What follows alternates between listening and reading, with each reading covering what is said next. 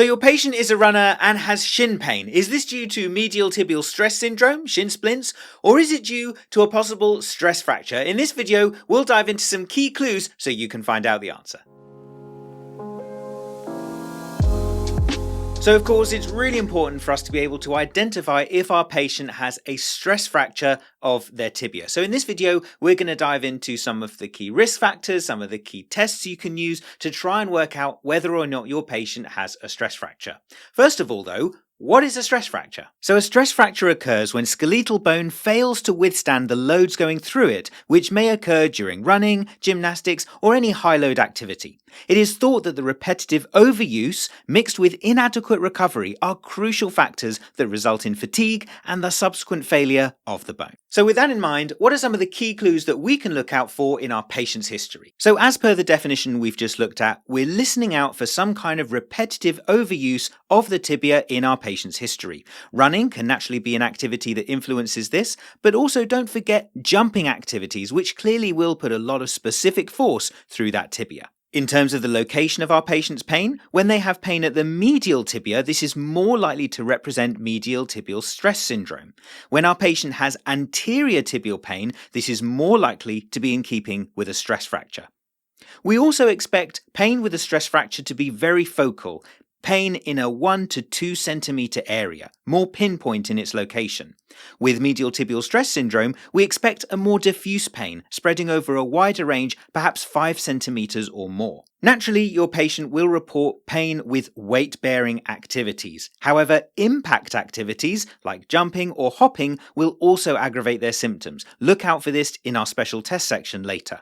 Your patient may also present with night pain, and they may present with swelling dependent on how superficial the bone is to the surface. If they have a stress fracture of a bone that's really deep, this is less likely, but the tibia is quite close to the skin, so they may present with swelling over the area of their stress fracture. Now, you may find that other tests in your physiotherapy assessment, such as range of movement of the ankle or the knee, are not necessarily affected because the tibia bone itself, especially if the fracture is in the mid-tibia, isn't really influenced by these joint ranges of movement. However, one thing your patient may report is that they feel like they need to take painkillers in order to do their regular activity. For example, taking painkillers before they go on a run. This is a clear demonstration that there is a specific issue with their tibia that might be that sign of a stress fracture. So in terms of risk factors for bone stress injuries, we know that these injuries are more common in females than males. We also know that factors affecting bone health are important to consider. For example, nutrition. Those who are malnourished aren't getting the nutrients to their bones, which means that they could be more vulnerable. So look out for those individuals who have a low BMI, who might therefore be malnourished. We're also looking for a history of previous osteoporosis, a history of previous stress fractures, or any individual that has been told that they have poor bone health. Other risk factors to bone health might include a history of smoking, a history of steroid use, and of course, we mentioned in the definition earlier, a lack of recovery. So think about those individuals who are increasingly fatigued, those who have poor sleep, those who aren't recovering adequately between runs. These are the kind of factors that will also influence bone health and therefore may increase the risk of a stress fracture. Now, in terms of physical tests we can use, this brilliant article by Milgram et al. Highlights some of the key tests we can use to look for a tibial stress fracture. First of all, we can use the single leg hop test. This is where our patient simply jumps up on one leg, lands, and we see if it recreates their pain in that 1 to 2 centimeter pinpoint area where we believe the stress fracture may have occurred. This test has a 100% sensitivity and 45% specificity according to the research group. We can also use the fulcrum test. As you can see here, this involves the patient lying supine on the bed with the examiner placing their knee against the patient's tibia. The examiner then puts their hands on both the proximal and distal end of the tibia-fibula complex, pulling the bones towards them whilst keeping their knee in place. Once again, we're looking for a reproduction of the patient's pain. This is suggested to have a 52% sensitivity and a 70% specificity.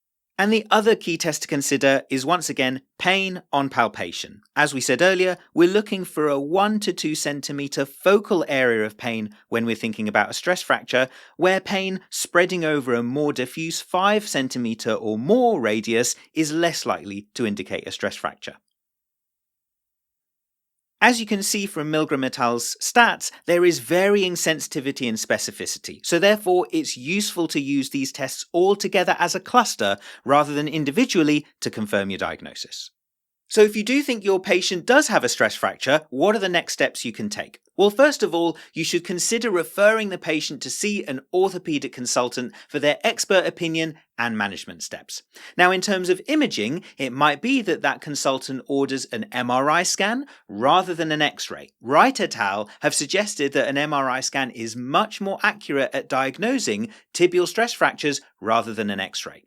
Now, before the patient leaves your clinic, you should consider placing them in a moon boot or an air cast boot in order to immobilize the tibia. And you can also refer them for crutches to make sure that they're reducing the weight going through their leg as well.